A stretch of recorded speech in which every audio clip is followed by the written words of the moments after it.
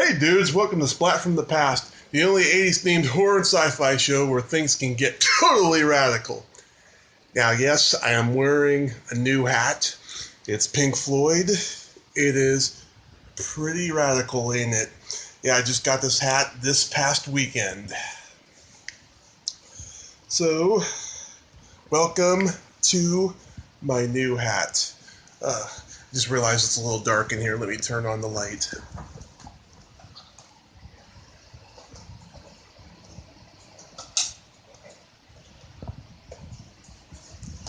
Okay, that is better. Here's the hat again. And now, today, we will be welcoming back my old friend, Susan Lanier, aka Suze.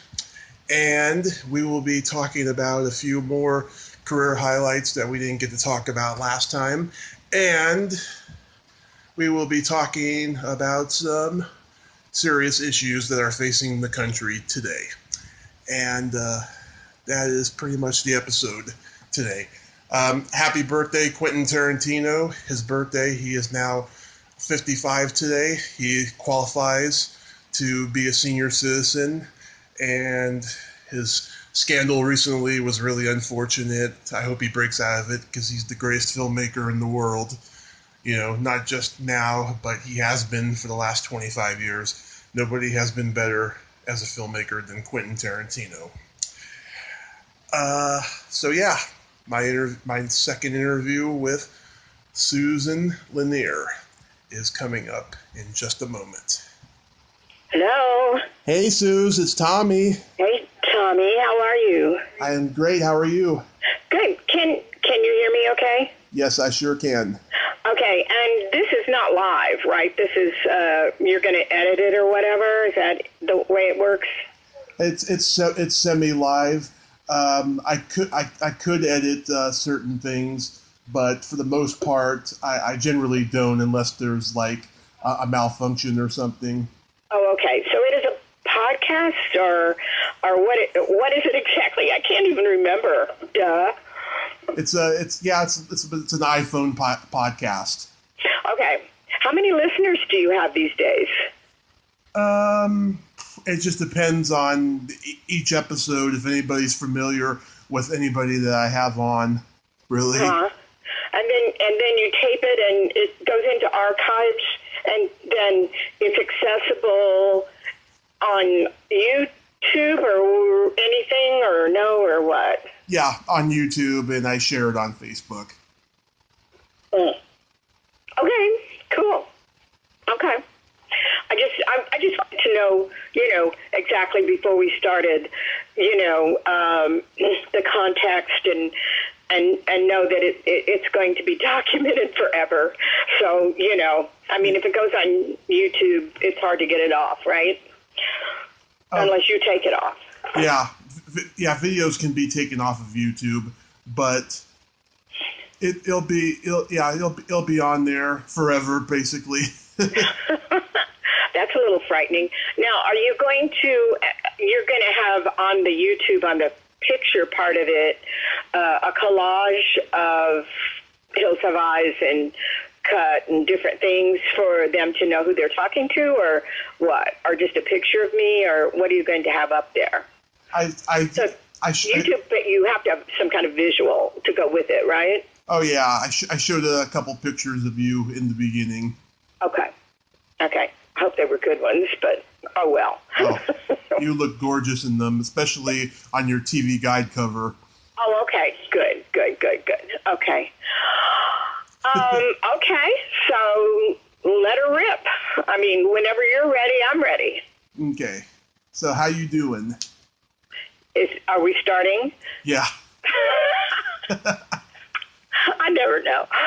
Yeah, I'm doing great. I've been in this extreme creative space of enjoying the creative process of writing and producing, and maybe getting ready to direct my first horror movie. So, or co-direct my first horror movie. So that's pretty exciting. Nice. I've been doing press at events and conventions and stuff, and it's been going very well. I've been having a good time. Which conventions have you been going to? I was at Silver Scream Festival in Santa Rosa last month. That was a lot of fun. Oh, that's great. Yeah, I kind of have not been doing conventions much lately because it's a lot of work. Yeah. It's excruciatingly hard work in terms of sitting at a booth all day and signing your autograph all day, even though I love meeting the fans. By the end of the day, you just go back to your hotel room and collapse. So you're not even really supposed to walk around all that much unless people aren't at your table because, you need to be there because they've come to see you. And so, and you want them to, and you want to meet them. So, but when you sit there all day long from early morning until, it closes, which is usually 6 or 7 o'clock, it's a full day. Yeah, absolutely. I'll be going to Monsterpalooza like usual in a couple weeks. I'm looking forward to it. Yeah. That's good. I've been trying to do a few more mainstream things. Actually, I just filmed, I just acted in a new horror movie that it's not even finished being shot right now, called To Become Unholy. The director is Jason Koch. And I don't have any real horror in it, even though it is a horror movie, but I love my role. And so I play an agent of a Kardashian type of girl. And so, I love the part of dressing up and being able to be a little more glamorous than some of my last films. And so hopefully once that movie comes out or one of my own come out, I will have more to talk about at the conventions, and more to, promote. So rather than just some of the old ones I've done now. Awesome. That sounds like it's going to be good. I was seeing on your credits, you were once on Tony, Orlando, and Dawn. Well, I wasn't on there once. I did a season of it. And the coolest part of that experience was working with George Carlin, because it was before George Carlin had become really, really famous. He had some great credits already, as certainly more than I did. But he was just getting started, and we were I remember we weren't the stars of the show. Tony, Orlando, and Dawn were the stars of the show, and we were part of an ensemble comedy team. And in working with George Carlin, who was, in my books, pretty close to the genius of Robin Williams. I think Robin Williams probably is one of the greatest geniuses of our time. Mm-hmm. But George Carlin even had that crusty, sarcastic humor even when he was young. And to be able to do sketches with him when we were both so young was the most incredible learning experience. And that's what I enjoyed the most about being on that show. I was at the gym a couple of days ago and ran into, after all these years, one of the other team comedy. She was another part of the sketch team, Nancy Steen. And it was so awesome to see her now after all these years. And she went on to have a fabulous writing career in sitcom and variety. She wrote on Variety until the art form of variety shows kind of died out, and then switched to sitcoms and did every sitcom you can possibly imagine. Nice. Yeah, I heard George Carlin off stage, he didn't swear that much or hardly at all. Really? I'm surprised. Maybe he toned it down by then. It's not his cussing to me or his swearing that was so powerful, but his take on the world, and he was, very concerned about, the absurdity of some people's attitudes and stuff. I was reading something about him today. So, I mean, he was always politically concerned and thought that he could influence people by just just talking, and doing his routine, which he did, by the way. I think he he influenced a lot of people. Sure did. Yeah, he influenced me in my stand-up and all that. I actually was on a radio show a couple of years ago, and I got to talk to his brother over the phone on the show, and he was very nice, and he was telling me stories about him and all that. Yeah. He was brilliant. He was absolutely brilliant. He didn't enjoy the experience of being on Tony Orlando and Don at the time, because I think that we were sort of being underpaid and sort of being swept to the side as, we're going to use them this week, but we're not going to use them on that sketch. And, it was kind of like really being, I didn't last. I mean, I stayed the season, but after that, I was ready to move on. What was the weirdest thing about that is when I was offered Tony Orlando and Dawn, I was also asked to fly to New York to audition for Saturday Night Live. Ooh. And I had done so much comedy at that point and could do impressions pretty well. Mm-hmm. And because Tony Orlando and Dawn was paying more than Saturday Night Live, I turned down that offer, and I always kicked myself in the butt for not at least going and meeting with George Schlater, I mean, not George Schlater, Lorne Michaels. Lorne Michaels. Yeah. Wow. Mm-hmm. That's crazy. I've heard Tony Orlando can be a little difficult.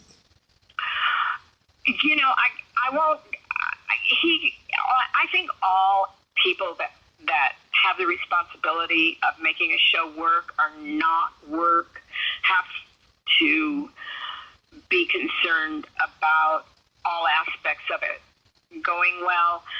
He was always nice to me. Tony Orlando was always sweet to me. Nice. He was not a jerk. And Nancy Steen ran into him recently, and she said, they were standing in line, and I don't know if they were at a bank or whatever. It was something like that, post office or the bank or whatever, and nobody knew who he was. And all that ego of who he had been before, at the end of the day, Andy Warhol nailed it on the head. It's 15 minutes, baby, and that's about it. You know what I mean? And he turned around. He was in front of her, and he turned around and he said, "Well, I guess that puts a perspective on it." Meaning that nobody even, they said, "Oh, what's your name?" And nobody knew who he was. And so it's like Tony Orlando was really nice to me. I'll put it that way. I don't know his relationship with other people, but you have to be tough to have your own show. You have to follow your instincts about how it's going to work and how and make decisions for yourself that you think will not harm the show or your career. Even though he wasn't executive producer, I don't think of it, but you still have to protect yourself as an artist, and he did. He's a talented man. He was a talented man, and he had a lot of charisma. Mm-hmm. Absolutely. And Thelma Hopkins, I always loved her. I ran into her at a memorial the other day. She's still beautiful and lovely, and we talked about the show. So, Hollywood is such a small town, really. Once you've worked in those circles, everybody begins to know everybody. It's amazing. It's like a small town, and it doesn't look that way, but all the people of a certain generation who worked back then, or, as people began to leave the planet, there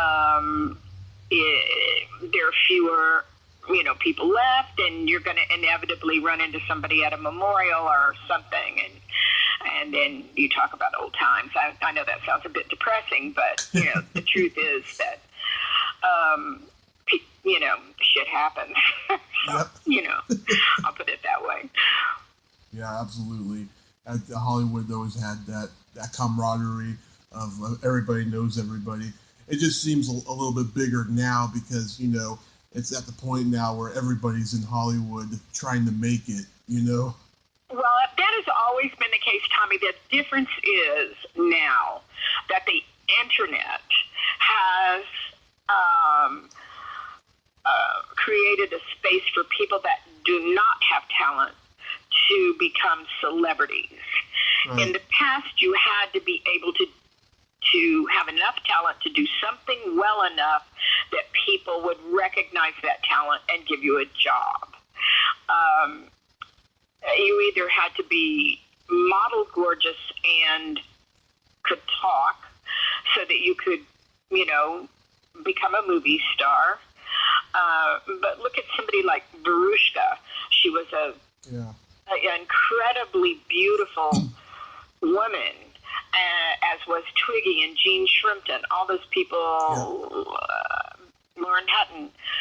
But unless you have talent like Judi Dench, or I don't even mean that talented, but I mean, unless you have talent and drive and passion for the art form of what you do, beauty fades.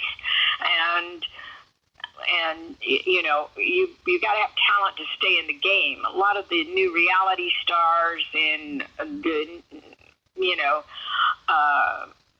Kardashian type mentality, it's difficult to stay up there, and if you're only known for making a porn movie, then you're going to be forgotten fairly soon, and that can't last forever.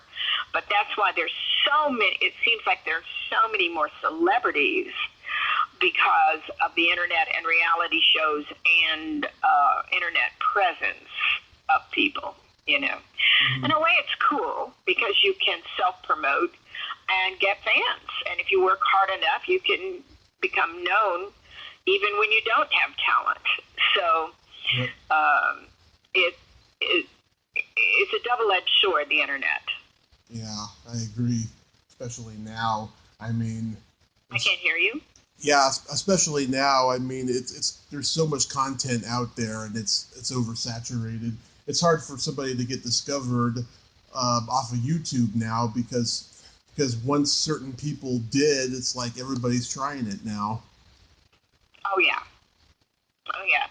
But it does keep you from having to move to Hollywood or LA first. You can try to get some momentum wherever you're from. So in a way, that's kind of cool. Yeah. And then if you need to move, then you can do that already as someone that's somewhat known. There's some advantages to it. I see some advantages to it, but I just read a feed on my Facebook of a friend of mine who's a wonderful musician named Amanda Blue, and she's from South Africa, and she is releasing a new CD, and she goes, and oh my God, she said, nobody listens to CD, it's all streaming, so there's nothing to hold, you can't hold your music, you just, it's in the air. And even I prefer to listen to Pandora or download something so that it'll be on my iPhone or iPod, so I can plug it into the car and have it wherever I go. Well, you can't take all your CDs with you, Yeah. So there are great advantages to it, but there are also disadvantages to it because it's hard to make a living as a musician these days. Yep. Everybody's downloading things for free, and there are all these companies you can download them for free. And, you know, I don't know how any musician these days survives, except for playing gigs for $100 a night or whatever they're being paid, you know. Even stars don't pay their musicians all that much. The stars make them the money. So it's difficult as a musician or songwriter. If your songs get placed in films, then you can make some money. But other than that, or commercials, you know. But other than that, it's a hard road. Of course, yeah. I still listen to CD. I still prefer it over anything. But it's still nice to like listen to a song on YouTube or something. Yeah, I've never put my songs. I only have 2 of my songs, and I have a lot of songs. I've only put 2 of my songs on YouTube because I made little videos of them. And I have been thinking about how to, do I want a video on each of my songs? No, not really. You know, that's a lot of work and a lot of money. So you have to find an editor because I don't think I'm the best editor in the world. So, I mean, I've done editing, and I could probably learn, but, you know, I'm focused on writing. It's very time consuming. So, you know, it's like, do you make a kind of a movie or a movie of every one of your songs, or do you just put your face on and your music and that particular tune? And I just am kind of now learning about all that. And if you put it on there, people are going to listen to it for free. So what keeps them from, they're not going to go buy it if they can listen to it for free. So now you've spent money in the studio, you've paid your musicians, you've spent the time writing the music, and then you put it on YouTube, and people just download it, and there you go. I mean, I don't think they can download it directly, but I'm sure there's some way you can. Yeah. And then you did an episode of one of my favorite sitcoms growing up, Alice. I love that show. Yeah, me too. I was playing a runaway at the time, and I was older than I played. I've always been older than I played. Yeah. And so, and kind of still do. But the funniest thing was that the first day I arrived at the set, I can't remember the boy's name who played Tommy. Philip McKeon. Yeah. Well, we were in rehearsal at the table read, and this person came out and said, Susan and what's his name again? Philip McKeon. Philip. Susan and Philip, follow me. So we got up from the table read, and he was, I don't know what he was, playing 12 or so, I don't know. Oh, he was a very young juvenile. Yeah. And so we followed this woman into the room, and she said, okay, go ahead and sit down, and we sat down, and she said, okay, what lesson are you on? And I said, what? And she said, what lesson, or where did you leave off on your lesson? And I go, lesson for what? And she goes, well, you need to be, you have to finish, you have to, it's a law that you have to spend some time in school. I said, I went to NYU. I'm out of high school. And she said, what? I said, yeah. And Philip had to stay for school, but they were going to try. She thought I was in school still, in high school still. And so it was like so weird and so flattering, I must say. So that is the story on that show that I remember the most. And Linda Lavin was just amazing, and Flo and Beth, they were all fabulous to work with. We had the best time. And my episode was called Mel's in Love, and of course it was about him falling for a younger girl. Yeah. But I thought it was a good episode. Yeah, I haven't seen the show in a long, long time, but I remember that episode specifically. And then you did an episode of Switch. Yes, with Robert Wagner and Eddie. I just woke up, so if I miss somebody's name, I apologize. Charlie anyway, Callis. yeah, that was fun. That was kind of fun. It was called. I do remember the episode title. It was called Three Blonde Mice, and I was playing a smart student again, and we did a scene in at Pepperdine University, and it was the dead of winter, and even though they had a big swimming pool at the university, and I had to dive underwater in the pool where they had underwater photography, and the pool was warm, but outside was freezing. It was absolutely freezing. And I got so sick after that shoot from pneumonia or bronchitis or something. I don't know. I had to go to the doctor. I got so sick from doing that show, just from having to swim. It was in our clothes. We had to fall into the water in our clothes and then come out, and our clothes practically froze to our bodies when we would get out of the water.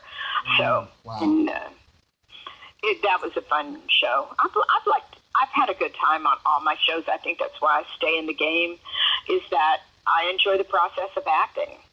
Mm-hmm. Of course. Did you like working with Sharon Glass? I didn't work with Sharon Glass. Oh, you didn't have a scene with her? Okay. Uh-uh. I didn't even know she was on that show.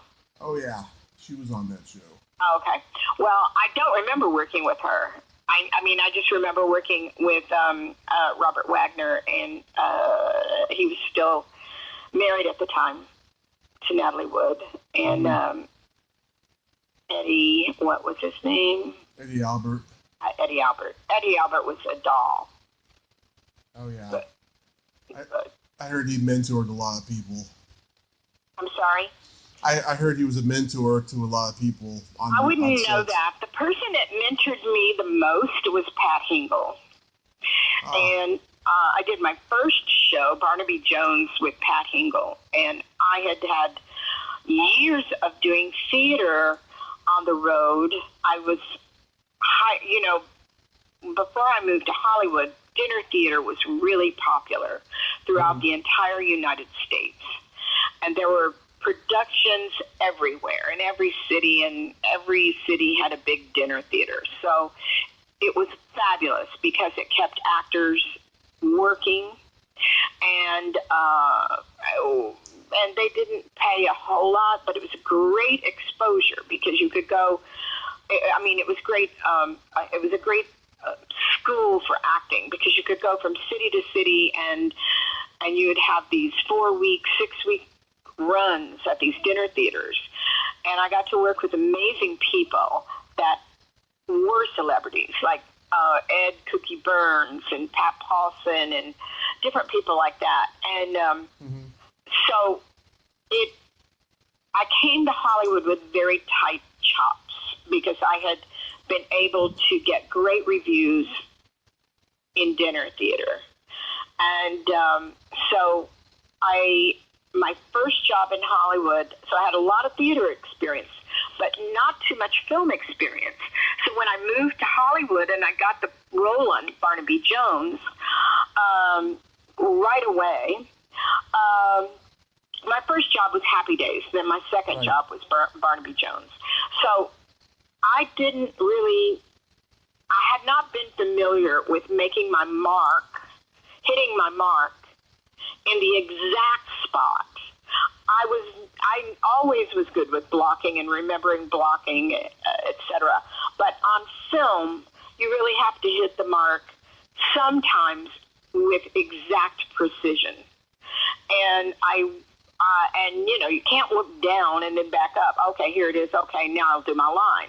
You can't do that because it's too obvious, even though sometimes you'll catch it watching people on screen. But Pat Hingle said, "Come to my trailer. I've got to tell you a few things." He said, "I can tell you have theater experience." He said, "When you are having trouble making your mark, you need to ask for a sandbag. So they'll put a sandbag on the ground, and your toes will hit the sandbag, and you'll know to stop. And it was little things like that that no acting school teaches you. No acting teacher teaches you. Mm-hmm. But seasoned professionals and brilliant actors like Pat Hingle was, were wonderful to work with, because if you sat and watched and saw how they handled their own, work, you learned how to do it. And he was great with me. We remained friends throughout his entire life, and he was just an amazing actor. And I was such a fan of his, even when I met him. But then to be able to work with him was just like being given a huge gift, Mm-hmm. Yeah, he was one of the greats. And then you did a TV movie that I remember very well, and it was actually one of your last for a while, Her Life as a Man. Yeah. Well, Robin Douglas played the role as the start in the movie, and she wasn't from LA, and I think she was a little insecure about working in Hollywood. She was, I think, from Chicago or somewhere. Mm-hmm. And she didn't work much after that, I don't think. I mean, maybe she did theater or whatever. I don't know what happened to her, but I think she was one of the most difficult people I ever worked with. Wow. Yeah. She was okay, but she just she was trying to act like a big celebrity star when at that point in her career she certainly was not one. I think she went on to do a few more things, but I haven't looked at her IMDb or followed up with her, but I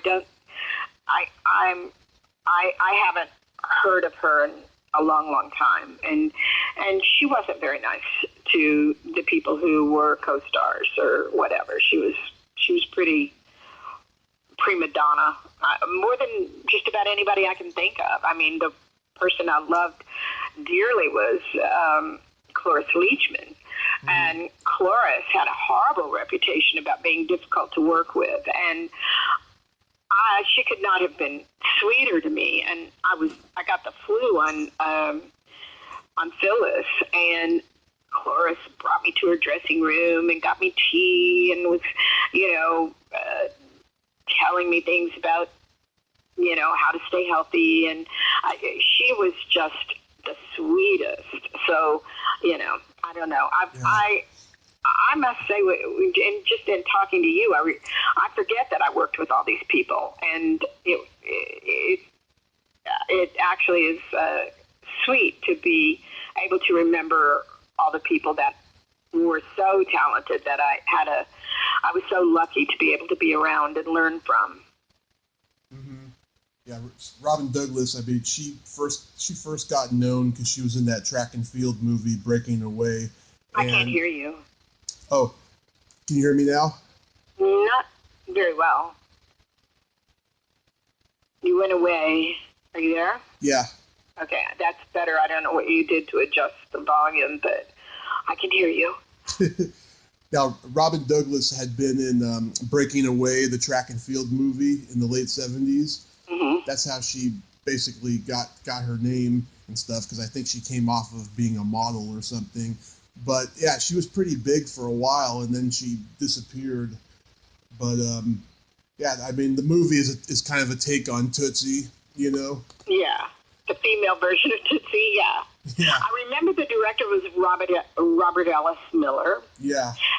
And he was fabulous, and I loved him. And so I had brought wardrobe, and they had selected a very sexy sweater for me to wear as the receptionist. I didn't pick it. The wardrobe people picked it. And it had holes in it that were, at the time, it was that kind of funky, hippie, holes in your sweater kind of thing, and style. And Robin took one look at it and walked off the set and said she would not work with me in that sweater. So I had to go back to wardrobe and put on something that was not as sexy. And Robert Ellis Miller was so embarrassed that they had that happened. And he came to my dressing room. He said, "I am so sorry." He apologized for her for that behavior. And he said, "Oh, I've learned my lesson." So I don't think they work together again. Wow. Yeah, Robert Ellis Miller, he directed this really great movie called The Hawks, where Timothy Dalton and Anthony Edwards are these two cancer patients who break out of this British hospital to have a joyride before they die. And that was a really good movie he did. But yeah, the whole cast of the movie is pretty great. Robert Culp, Joan Collins, Mark Singer, Marion Flim. It's a great cast. Yeah. I mean, I'd love to watch. My favorite part of that whole experience was working with the director. I love to work with a great director. Mm-hmm. I think a lot of actors like working with great directors the most, you know. So many are beginning nowadays, and so many don't know what they're doing, and so few directors now know how to work with actors. They come out of film school and they know technically what's going on in terms of angles and cameras and working with their crew. But so many of the young ones have no idea of how to work with the actors. And in the old days, that was the strongest aspect of what the director did, was to direct the actors. You know, I was always told, actors act, directors direct. As an actor, it is not my job to direct. It's to listen to the director and follow their direction. But nowadays, you just go on the set, and the younger directors are only concerned about the look of the film, and not at all. I never get direction on how to deliver a line or what emphasis to put on what, or even a correction. I just open my mouth and say the words, and that's a take, and they're not going to do more than that because that's all they can afford. So it's very, very different these days. Mm-hmm. Yeah. I love some of the stuff you post on Facebook about our dipshit president. Oh, yeah. Well,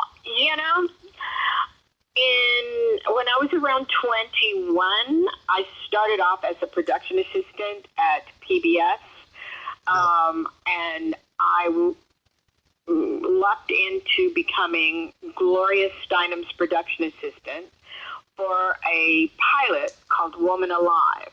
And Gloria Steinem at the time had huge respect in terms of her politics for feminism, and had started Ms. Magazine, and I ended up then working with her as a producer. And in New York, I moved back to New York to work on Woman Alive, and got to meet Bella Abzug and Ronnie Eldridge, and work with Gloria, and Lily Tomlin worked on the show, and Melissa Manchester worked on the show, and these were powerful, powerful women at the time. And I have always been a feminist, and I feel I continually, even today, get discounted because I'm a female, and I don't appreciate it. And I finally have some hope from this last weekend and the things that have transpired in the last couple of weeks with the March for Our Lives, and watching these amazing children get out and speak up and be unafraid of the consequences.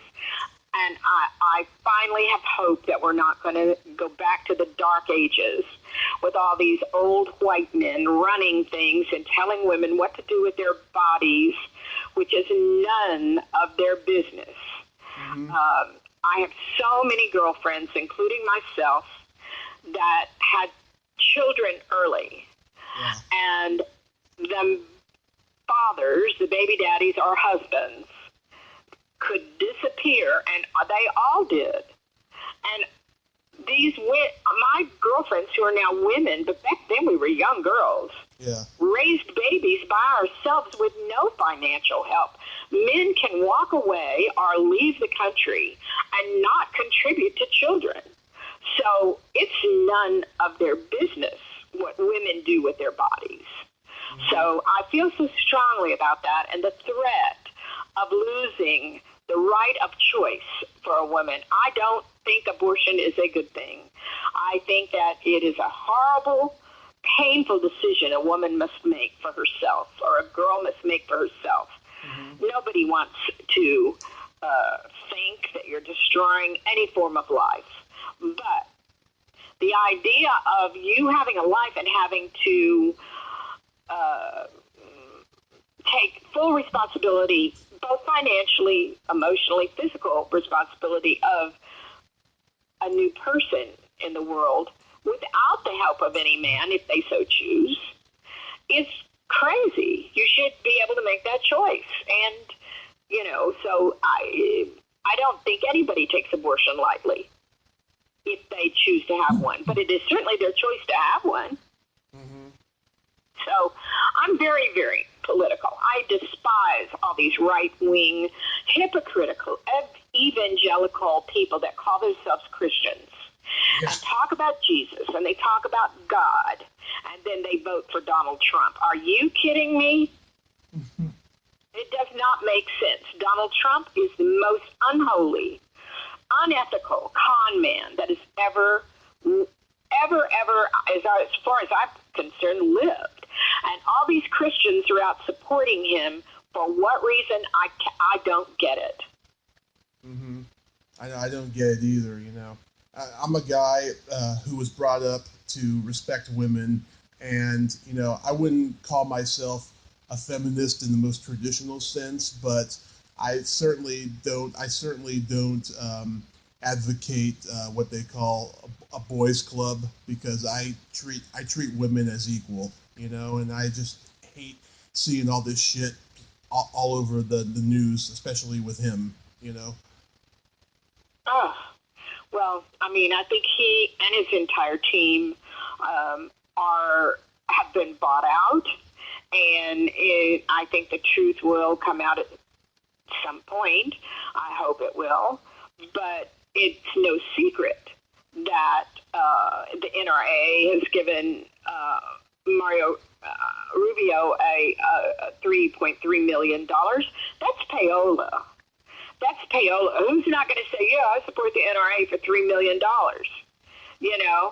People, our politicians are being paid to voice and vote for issues, and that needs to become illegal. Mm-hmm. People should be able to run for office and talk about their ethics and their beliefs without money being in the picture. I don't know if that's possible, but to ever work out, it's probably not in my lifetime. But people, and Sarah Huckabee Sanders needs to be shot. So, or something. I don't know.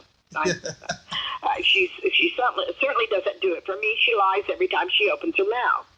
So, she's just a puppet of the president, and says what he tells her to say, or tells what Ivanka tells her to say. So, the whole thing is crazy, and it's very, very dangerous, because this planet is more fragile than they think, and these politicians are playing my dick's bigger than your dick kind of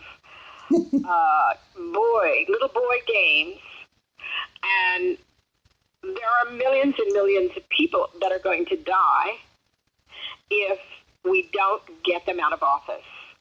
And so that's the truth. You know, even Stephen Hawking had predicted it.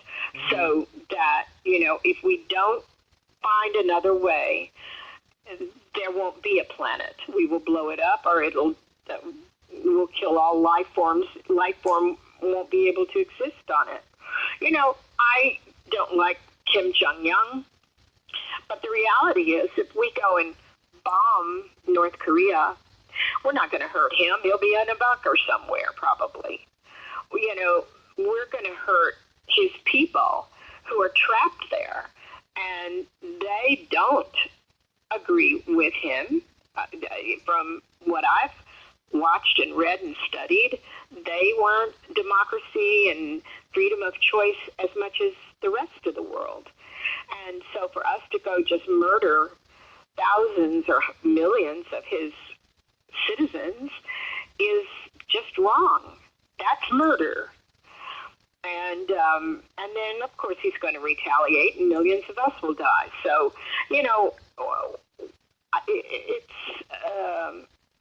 it's a very scary time to be alive. I remember being scared when I was a little girl at the Bay of Pigs. Yeah. But nothing like the threat. It's nothing as serious as the threat of what times are like now. I don't know how children can go to sleep if they listen to the news. Yeah. You know, so I don't know. It's really, really.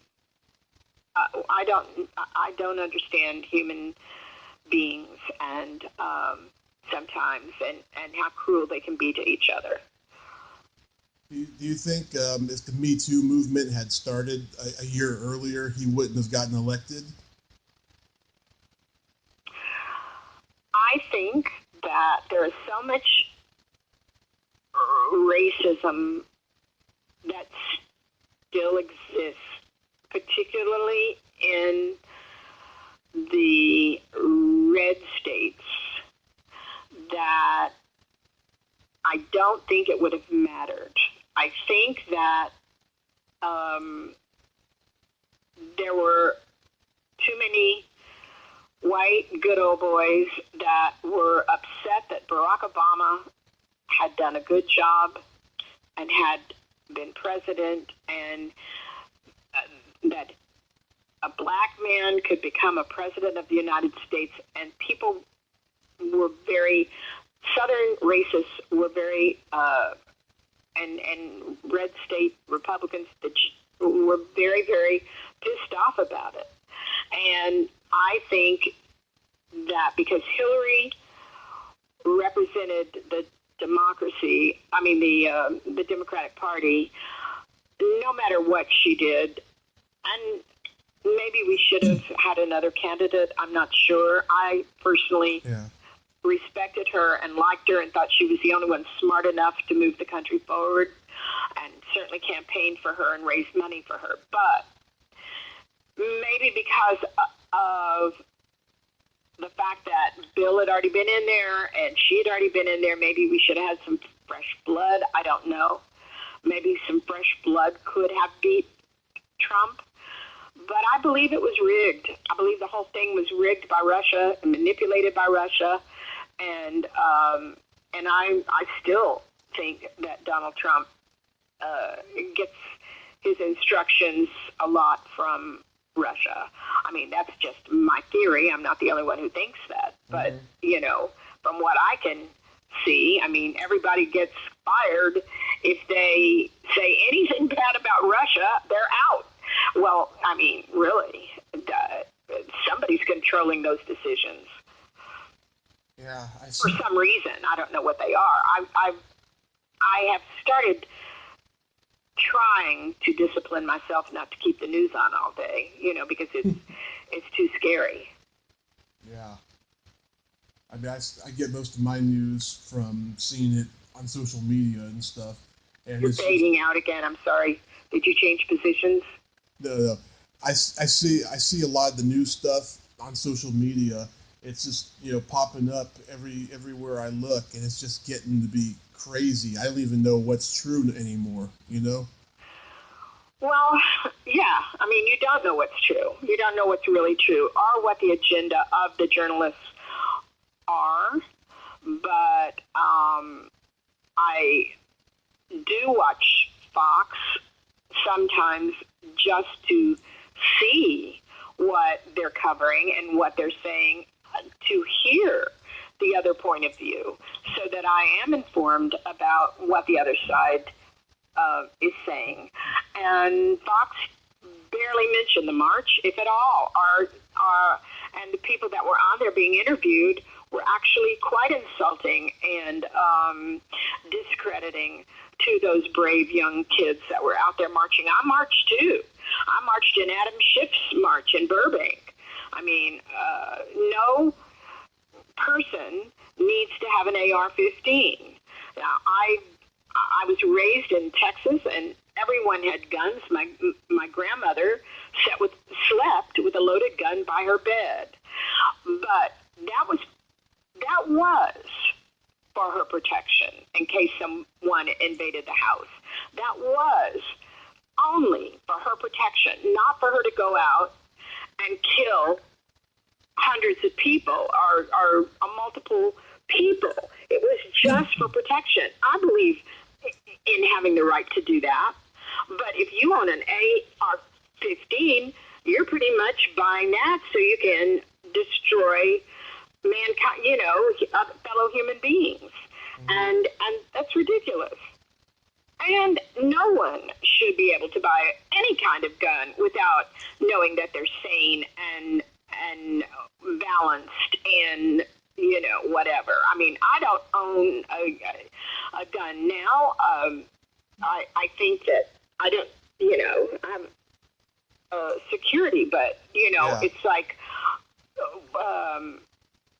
we're getting to an age where, I don't know, you know what I'm saying. I'm not trying, I'm not one of those who wants to eliminate the Second Amendment. It's in the Constitution, and it should stay there, but within reason. Mm-hmm.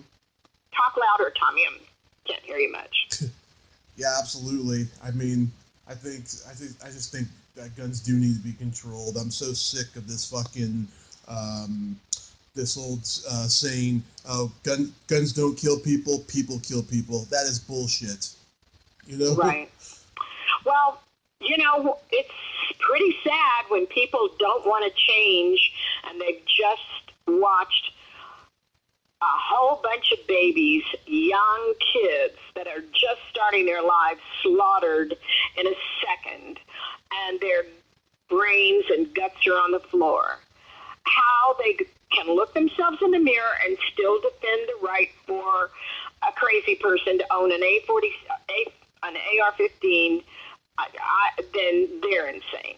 Then they should have their gun rights taken away. That's horrible. We're killing the innocent. Innocent are dying so that these assholes can keep the ARA afloat. Well, that's crazy. Yeah, I mean, don't get me started, Tommy. You got to talk louder. I'm sorry. Well, look at all the shit. Tommy, I can't hear you. Can you hear me? No, I can't. 1 second. How about now? No, it sounds like you're in New York.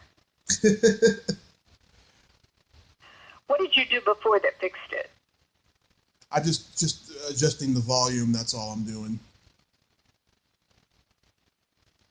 Can you hear me? Barely. I'll try to make it work. I can hear you just fine. Okay, I can hear you now. You did something that I can hear you now. Yeah, I can hear you though. Okay. You haven't cut out or nothing. Okay. But yeah, look at history, Ohio, 1970, the post office shootings back in the late 80s, early 90s. I mean, just people still haven't learned. No. And maybe this movement, March for Our Lives, will turn things around. I have faith that these young kids are going to be the next generation that moves the country forward. Not even Gen X or, they're different. I'm a baby boomer. But then the ones down, I don't think are going to make the kind of change that these March for Our Lives generation, these children that are just now turning 18 or below, are going to make on our society. Hopefully, we won't blow ourselves up before they get a chance to get control. I probably won't be around to see the potential of a wonderful change in the way people treat each other. But that would be nice if I got to see, a huge change in the way we run things, and that, they recognize the danger of a powerful corporation like the organization like the NRA making millions of dollar contributions to politicians, and they're speaking out about that. And it's not just the NRA. So, it's that are giving contributions. It's people that want power and have an agenda, like Russia, and they're paying for paying politicians off to get their way. So it's wrong. It's just wrong. Mm-hmm. It certainly is. I have a joke. I have this joke. I say, who would make a better president is my Audi belly button. Yeah. Well, hopefully, I'm very hopeful for November to hurry up and get here.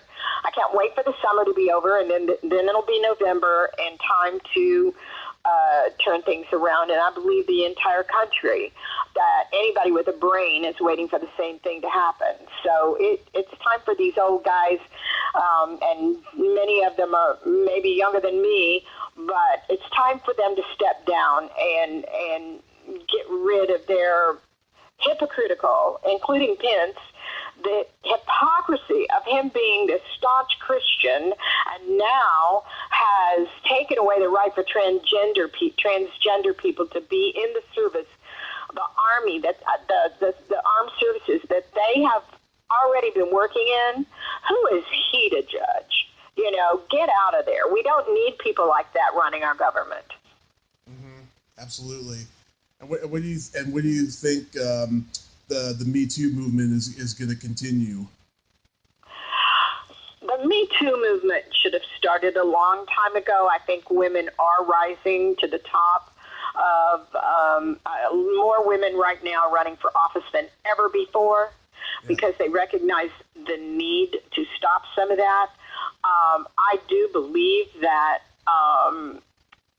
the kids that are in their 20s, maybe early 30s, are seeing more equality, and probably, it's a double-edged sword, because you have people like the Kardashians out there selling their bodies and selling sex and making billions of dollars off of sex, and none of them have talent. They have a manipulative mother that is a great manager and a great business person who has thrust all of her daughters into being sex objects. So it's very confusing for young people to not think, and young men particularly, to not think that it's okay to view women as sexual objects.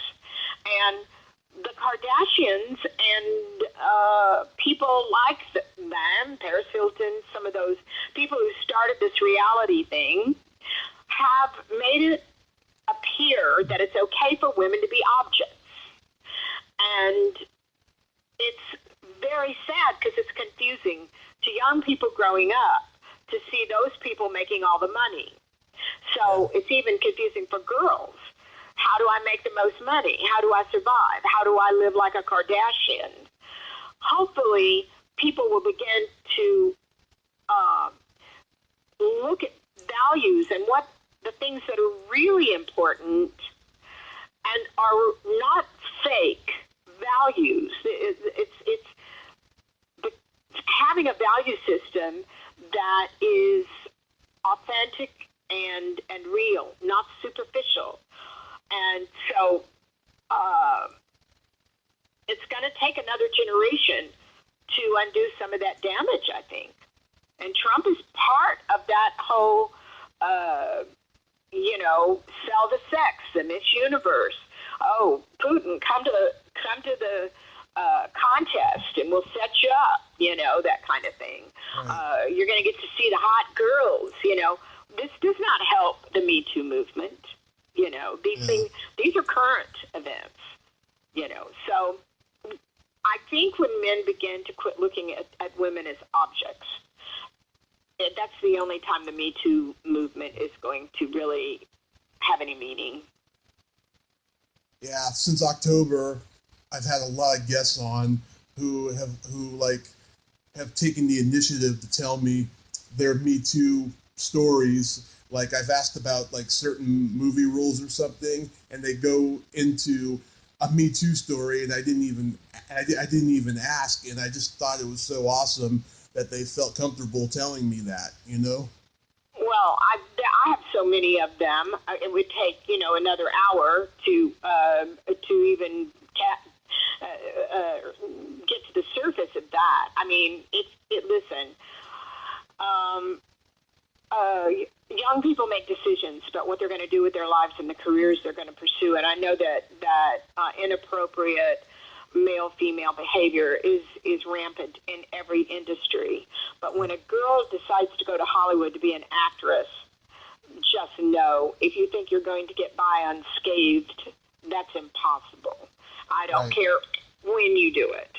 There are so many times I could have had a huge record deal. I'd cut a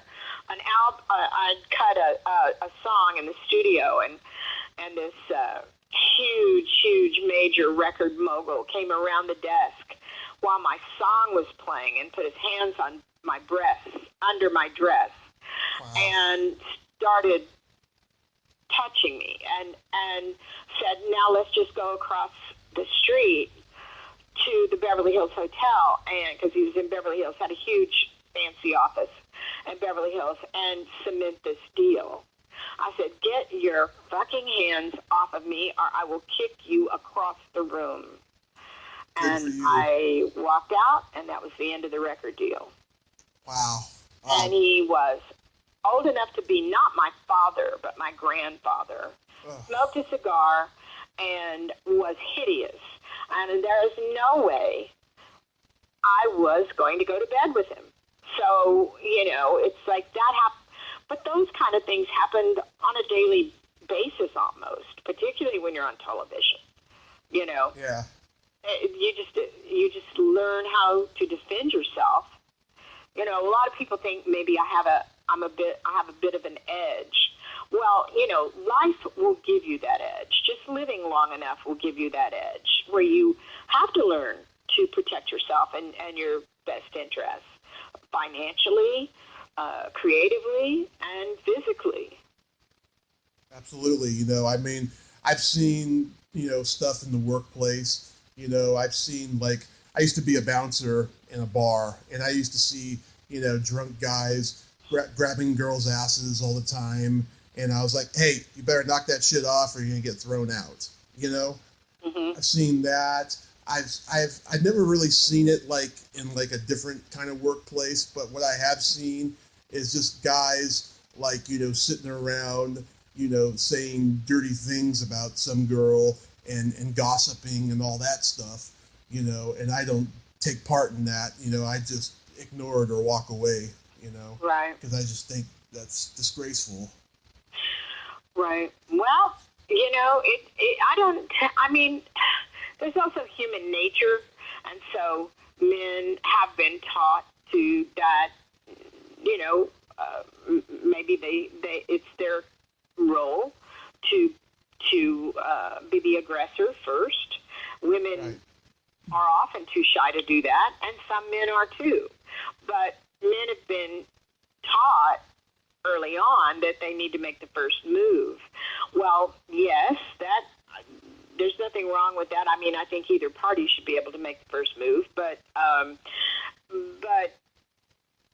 some of these rules that society has lived with for so many years need to be reevaluated on how people connect with each other and on an equal and respectful basis.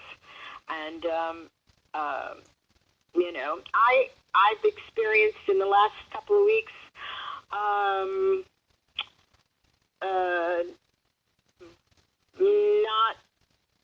not being discounted because I'm older and because I'm female, and by a group I'm trying to do business with, and it's like I'm not going to allow myself to be discounted, and so it's rampant. It's human nature, I suppose, but yeah. A girl has to learn how to protect her own best interest. I mean, everybody does, not just women, but men too. Absolutely, and you'll never be discounted by me, Suze, because I absolutely adore you. Thanks, Tommy. I've had fun talking to you. Yes, real quickly, I'd like to tell you a couple of anti-male jokes. Okay. First joke, I've told this one on the show before. It's really funny. What happens to your asshole when you have an orgasm? I don't know. He's out playing pool with the boys. Oh, great. That's great. Okay. Why do men want to marry virgins? I don't know. Because they can't take criticism. That's true. That's true.